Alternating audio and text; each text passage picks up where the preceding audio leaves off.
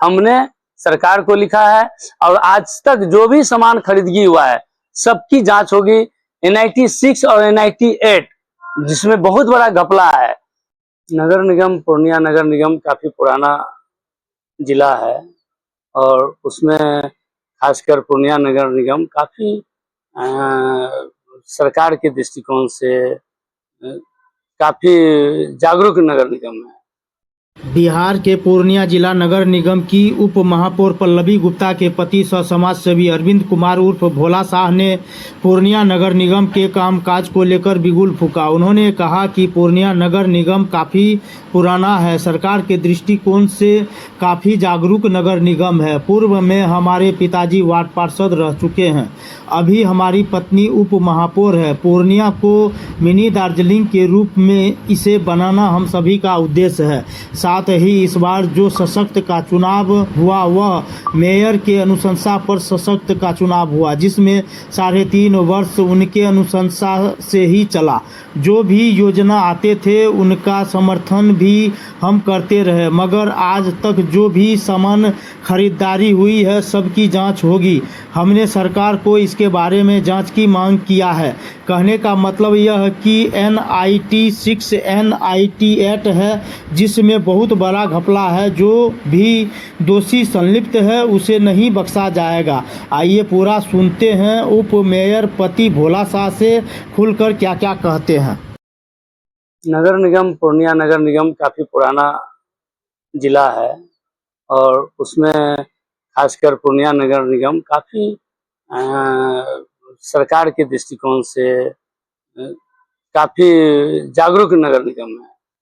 हमारे पिताजी भी वर्षों पहले कई बार वार्ड पार्षद रह चुके हैं और इस बार हमारी धर्मपत्नी पल्लवी गुप्ता पूर्णिया की जो डायरेक्ट चुनाव हुआ, सरकार ने जो डायरेक्ट चुनाव करवाए, माननीय नीतीश कुमार जी, उनको हम धन्यवाद देते हैं कि उन्होंने पब्लिक के द्वारा डायरेक्ट मेयर और उप मेयर का चुनाव उनके द्वारा कराया गया।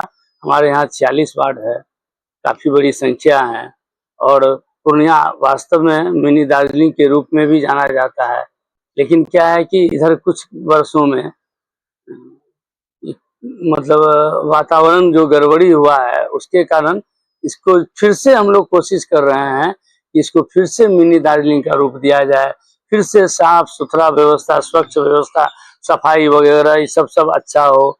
लेकिन अभी जो आप देख रहे हैं, मैंने कई बार, क्योंकि इस बार क्या था, जब चुनाव हुआ था तो सशक्त का चुनाव मेयर के अनुशंसा पे सशक्त का चुनाव हुआ, मेयर के अनुशंसा पे सशक्त का निर्णय हुआ और उसको 7 आदमी का दिया गया, कमेटी बनी जिसमें मेयर की अनुशंसा पे जो 3.5 साल उनके अनुसार ही चला। मैं एक, हमारी धर्मपत्नी पल्लवी गुप्ता एक बोर्ड की सिर्फ मेंबर थी।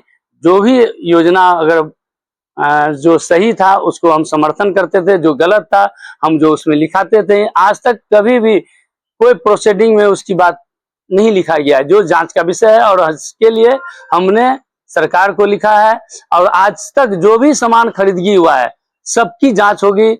NIT 6 और NIT 8 जिसमें बहुत बड़ा घपला है उसको मैनेज करके काम दिया गया है, उसकी भी जांच होगी। उसके लिए भी मैंने सरकार को हमने सरकार को अभी माननीय हमारे जो नगर आवास के मंत्री हैं नीतीश मिश्रा जी को मैंने मिलकर हम दिए हैं, हम मुख्यमंत्री जी को भी दिए हैं और इस पे जांच होगी। उन्होंने आश्वासन दिया है कि जो भी लोग इसमें संलिप्त हैं उसको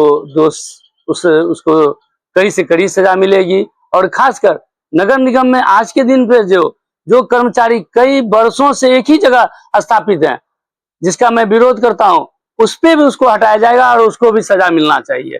खासकर आज एक ही व्यक्ति को कई योजना दे दिया जाता है, कई योजना का प्रभार है जो गलत है, उसका भी मैं विरोध करता हूं। और कुछ तो ऐसा है कि जिसका जो अभी हम बताए कि NIT के बारे में, उसकी जांच चल रही है, आगे भी चलेगी।